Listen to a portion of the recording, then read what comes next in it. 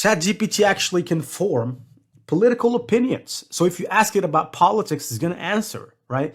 If you ask it to write code, it's going to write code. So the bottom line is that this tool is just amazing. But you might be thinking, well, how can we find the tool? Actually, pretty simple. Go to Google and search for ChatGPT. All right, ChatGPT is the first one on the list right there. The website is OpenAI. And once you click on the website, right, so this is what you're going to be able to see. And you can click try ChatGPT. Now, of course, ChatGPT right now is in the beta version, so you can use it now. And like I said in the previous video, we don't really know if it's going to continue being for free, but they've just opened it up for free, which is a smart move from the OpenAI board of direction or whatever they're doing right there.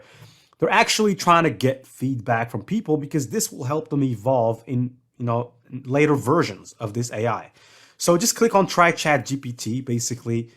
And if you don't have an account, go ahead, create yourself an account. Basically, when you log into ChatGPT, it's gonna, because I already have this account here. So this is an account that I already have created. So basically, they're not telling me the things that they're gonna tell you.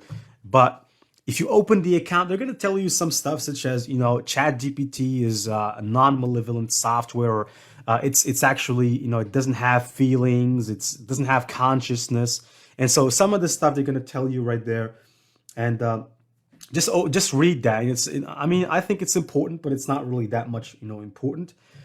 And they actually have an OpenAI Discord. So if you want to join their Discord, just click here, right? And you're gonna go to the Discord, and you can join, their Discord group right there. So basically, I'm just gonna click accept invite here. Obviously, I haven't joined the Discord because I didn't think that was necessary for me to do, but you can go to Discord and see what people are thinking about this tool in real time. All right, of course, verification is required, so I'm going to have to go to my Google account or my Gmail account, and I'm going to have to verify that I am indeed who I say I am, because you can't just go in and log into their Discord just as easy as that. So I'm going to go and open up my Google Gmail. So right here, where is the email? Haven't received it. Right, let me check here.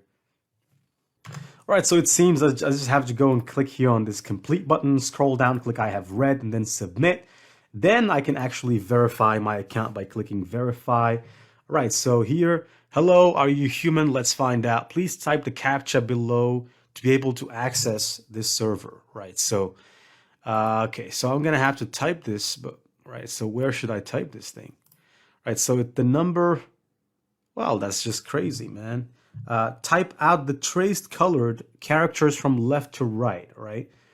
Traced colored characters from left to right. Ignore the decoy.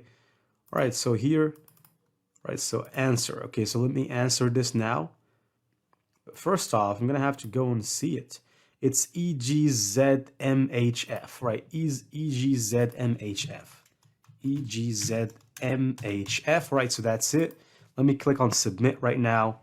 And there you go. So I've been verified. So this is their way of actually verifying you. So now I've actually passed the verification, so I can access OpenAI, right? So that's good. Now let me scroll down to see where their Discord account is, or the Discord chat is. All right, so that's it. So basically this is just Discord. Now you can come here and see what other people are thinking in real time about this. But I'm pretty much more interested to show you the capacity of what OpenAI can do. And let's go and explore it together. Now, this is basically here, if you click, this is my chat, with OpenAI, right? So I have to tell you that when you chat with this tool, it kind of remembers what you have chatted, so it takes in consideration. That's what I'm trying to say here, and I'm trying to explain it briefly. It takes in consideration what you've said in the past. So if you tell it 1 + 1 = 3, right? And it tells you no, actually 1 + 1 = 2, but you reply and tell it no. I said 1 + 1 = 3. That's what you should believe right now. I want you to change 1 + 1 = 2. It's not equals 2 anymore. Right now it is equal 3. Got that? And it will actually say, okay, 1 + 1 = 3. And from that point on, 1 + 1 = 3. So it would seem as you can program it however you want, right? So But of course, there are limitations to anything. And of course, this is just one of the first versions of OpenAI, right?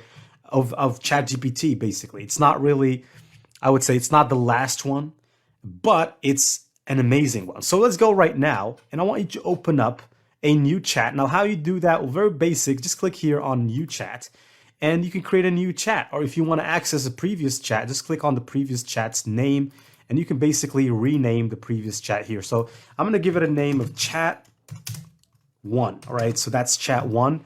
Let's create a new chat. Maybe name it test chat. Right. So click here, new. But first off, I gotta have to say some things before I name the chat. I'm gonna say hello, all right? Just to give you an idea about what ChatGPT is gonna reply. So, hello, how can I help you today? So you can see it's almost like a human, you know, talking to you. So I'm gonna click here, and instead of that, I'm gonna say test chat, right?